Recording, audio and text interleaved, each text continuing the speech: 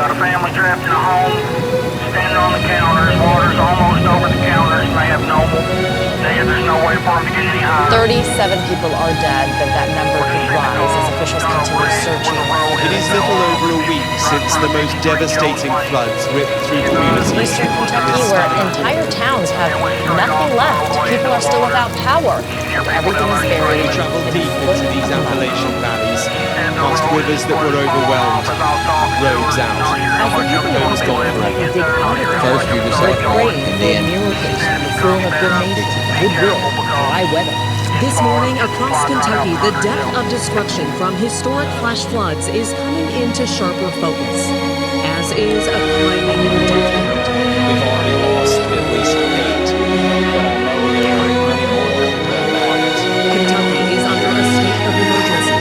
From above the town of Hindman, a look at the widespread damage with homes and businesses underwater.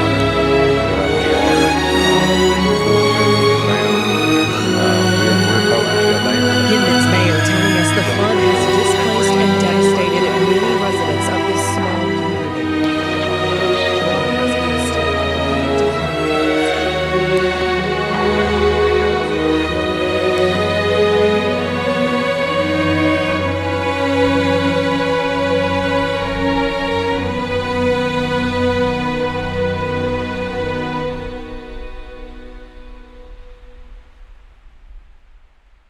Yeah, my name is Darren Lindsay, and I'm here in Hazard, Kentucky.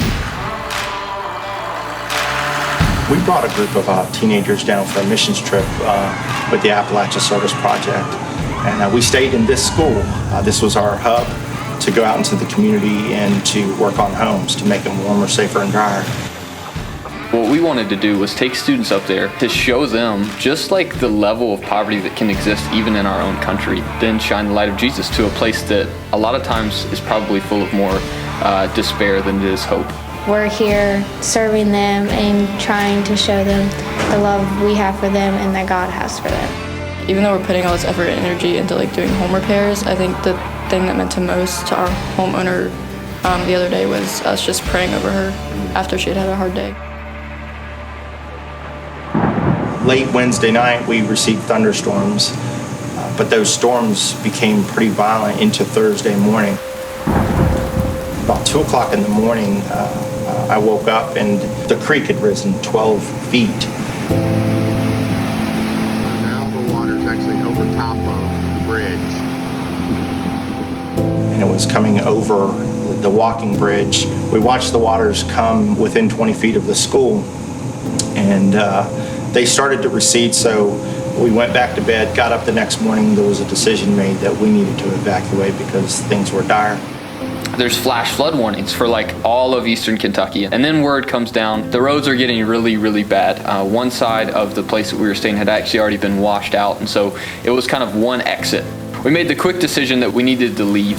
Prior to evacuation, the students and the leaders went down and helped shovel mud from this old gentleman's home, and we were lifting telephone poles out of the way of people's driveways so they could get out, and we built the dams to divert water from going into a person's home, and so we were doing everything we could right up to the point we had to leave.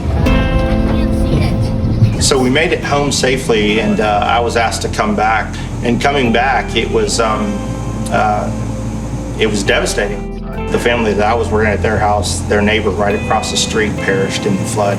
He was swept away by the flood waters, and just down the street from that was the family that lost the 4 children. We would drive past houses that were completely off foundations. We would drive past trailers that had just been, these are homes that had just been tumbled and rolled over. Some of them were in the creeks. There were vehicles under bridges, horse trailers under bridges. Some of those bridges would just be washed out.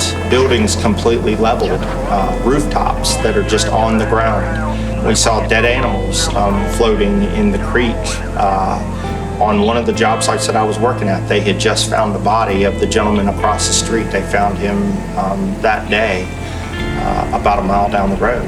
And so it just became very surreal that we were here during that incident. And so we put the information out to the church, and the church just came through.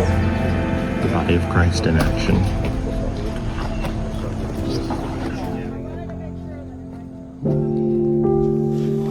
My had my whole life saved and saved him. Now I ain't got nothing.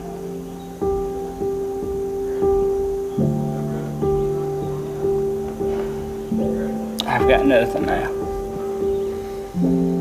We felt a connection to the people here, and our hearts just our hearts cried out for them.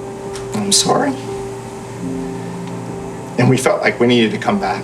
We came back with stuff, supplies, resources for the people here. And it's just a God moment. We brought a trailer load of waters and food supplies and gift bags for kids. We brought another truck down today, and the church really came through.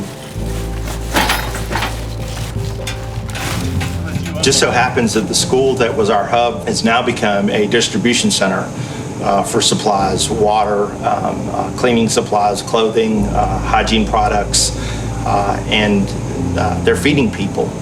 It's for anybody that was affected by the flood in any way. Yeah. They are allowed to come, and they've got cleaning supplies, clothes, food, and we're providing a hot meal for them every day. And a lot of them is being delivered. People in the neighborhood that has in the community, you know, four-wheel drives and four-wheelers are delivering it to the places where people can get it. Some of these are local donations. Yes, a lot of it is. Especially the clothes are local. It's just people around here that went through the same thing, but not as bad as everybody else. And everybody's kind of pitching in and knowing, you know, where we know the community, well, we know that this one was flooded, so they go and find out what they need, and we bag it up and take it to them. It's kind of a neat thing that I'm back in the school and it's serving a completely different purpose than what it did initially. But they're serving this community and they're doing it, with God's love, and that's kind of a neat thing. We knew the people here, and we were part of the community here for a period of time, and that made it even more real.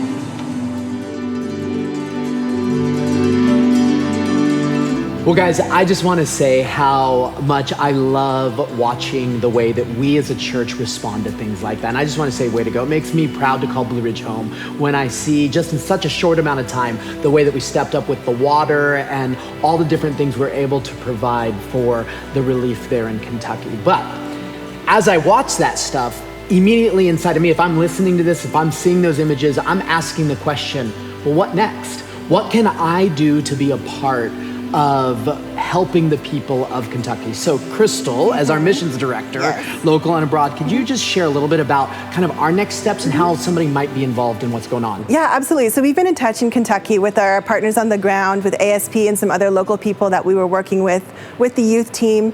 And they have said there's a bunch of larger agencies there right now helping out. So they are actually hitting pause and just asking us to wait and see how everything looks in a month. As we're waiting, is there anything active we can do in the waiting? So we are going to be opening up Be Rich. It's our giving fund specific for things like this from now until mid-September. And anyone who wants to donate to that, we're going to give it all towards Kentucky relief from now until mid-September. So if you want to give to Be Rich, you can go to blueridge.org/Be Rich, and there's a give button near the bottom of the page. And again, like Crystal said, anything that's given over the next basically month will go directly towards relief there in Kentucky. So once again, guys, we're just encouraged by your generosity, and we look forward to all the things that God's going to do in and through all of this.